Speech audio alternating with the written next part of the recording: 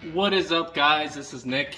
Today we're going to be doing a simple brine for venison or deer meat. Stay tuned. Alright, y'all. If you're looking for a simple brine for deer meat, really, I mean, you could use this for steak, you could use this for chicken. This is a 3-ingredient brine, and so if you're Googling this, you might get, 62 different instructions, and it might have everything, including the kitchen sink and the ingredients list, and a lot of people just don't have that stuff, all right? So basically, it's just water, Worcestershire sauce, which is Worcestershire, and table salt, kosher salt. You could use regular salt. It really doesn't matter.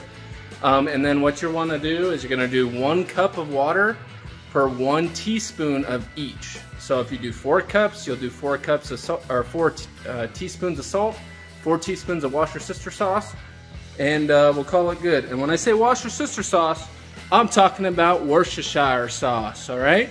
Don't get it confused, and ain't nobody trying to wash their sister. That's just weird. Let's go ahead and make this. All right, y'all, I got some tenderloins, some deer tenderloins from a deer that I killed a couple weeks ago. This is an easy cut of meat. It's already like one of the best cuts of meat you can get on a deer, but we're gonna do it anyway because game can be very, tough. So we're gonna do it anyway. First thing is first, you're gonna wanna wash your meat off. If you process this yourself already, you may have already done this, but it's always, I'm gonna wash it off anyway because I'm not under the illusion of most people who eat beef that it's nice and clean. City boy! City boy! I think a lot of people think beef grows on trees or something. If you actually process your own meat, you understand how crazy it can get. So let's go ahead and wash this off.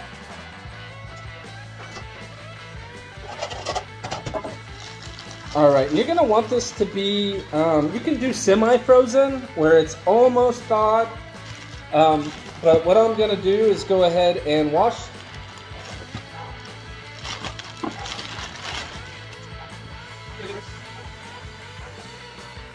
All right, that's 1. I got 2 tenderloins here.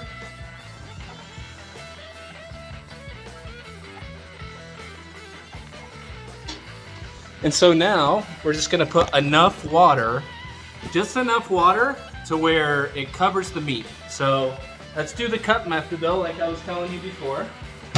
So you just wanna do this a cup at a time. However many cups is however many teaspoons you put in of Worcestershire and salt. So let's do that. All right, 3 cups did it just right. So as you can see, the meat is covered with the water. I mean, there's a little bit that's out, but that's not a big deal. So that was a total of 3, right? 3 cups, or teaspoons. Teaspoons, not tablespoons. So 3, that's 1, 2, 3. All right, and then 3 teaspoons full of salt. 1, 2. I put 3 teaspoons of salt in this mixture, and then I mixed it with the spoon. So as you can see, it doesn't have to be perfect. The whole intent of this is this should be stuff that is in your house. Shouldn't have to go to the grocery store to make brine.